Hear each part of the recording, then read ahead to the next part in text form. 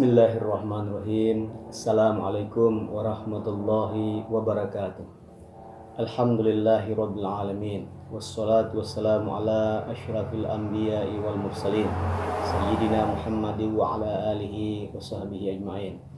Puji syukur marilah kita panjatkan kehadirat Allah Subhanahu wa taala yang berkuasa, yang telah memberikan kita kesehatan dan kesempatan sehingga kita dapat melaksanakan aktivitas kita sehari-hari. Kemudian salawat dan taslim tak lupa pula kita haturkan kepada junjungan kita Nabi besar Muhammadin sallallahu alaihi wasallam serta para sahabat dan keluarganya.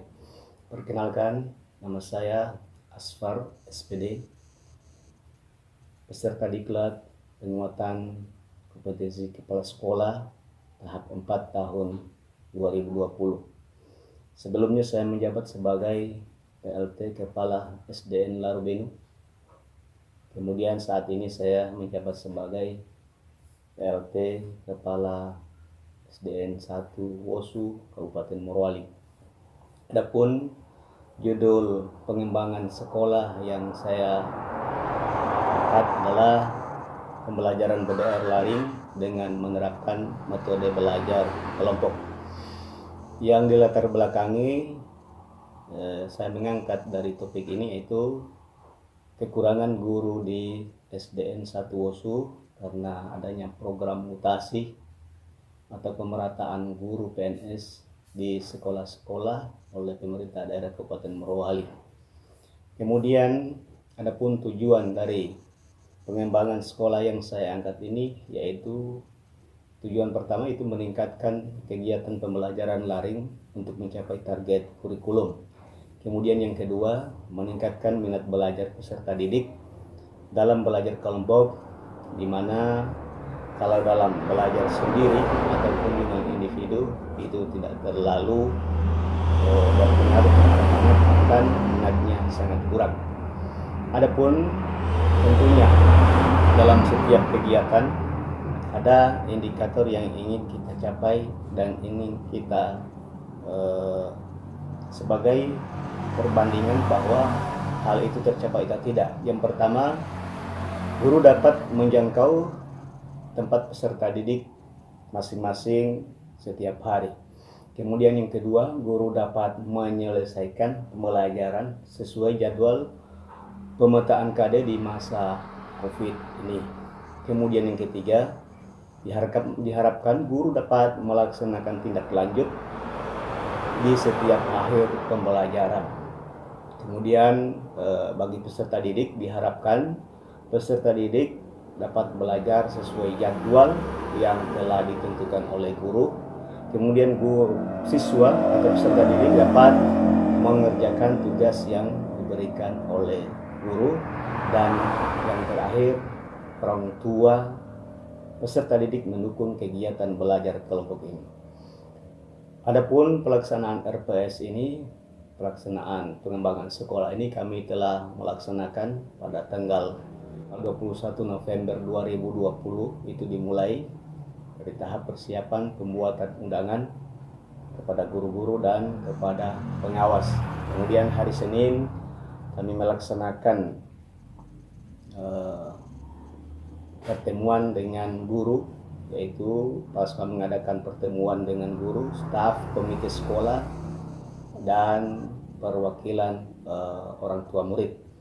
Kemudian guru di hari pertama itu juga guru memetakan tempat tinggal peserta didik, membuat kelompok maksimal 5 peserta didik, dan pada hari Senin itu juga hari pertama kami juga membuat jadwal kunjungan untuk belajar berkelompok. Kemudian hari Selasa kami pendistribusian jadwal kepada peserta didik, dan pelaksanaan yaitu pada hari Rabu, Kamis, dan Jumat.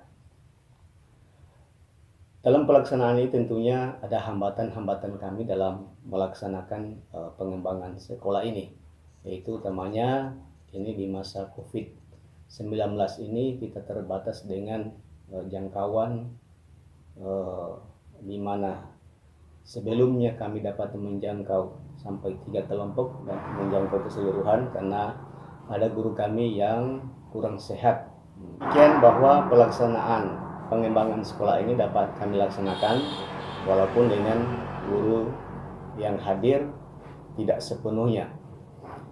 Alhamdulillah, dengan adanya pengembangan sekolah ini kami mendapatkan respon yang baik dari orang tua murid dan siswa atau peserta didik tentunya. Yang pertama bahwa kegiatan belajar daring ini meningkatkan minat belajar siswa.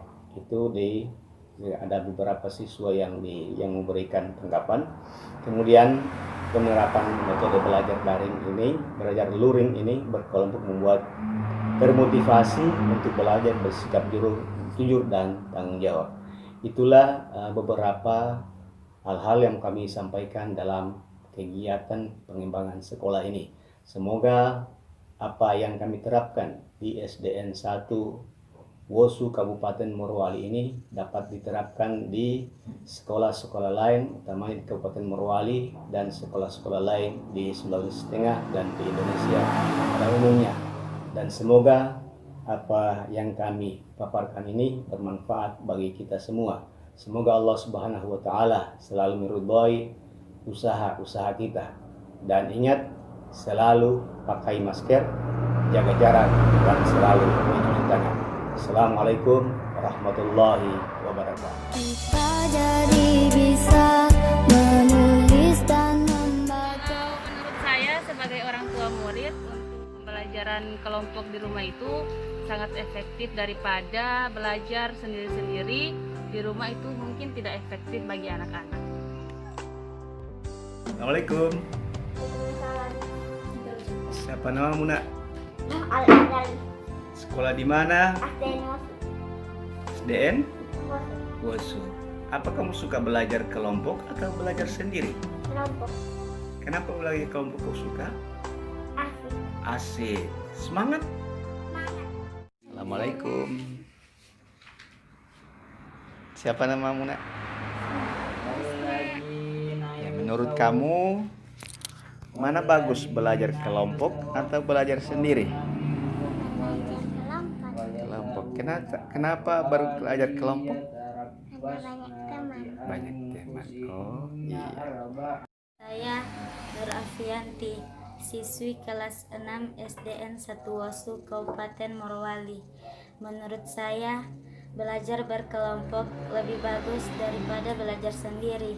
Dengan belajar berkelompok, saya lebih disiplin, saya lebih rajin, dan saya lebih bersemangat mengikuti pelajaran.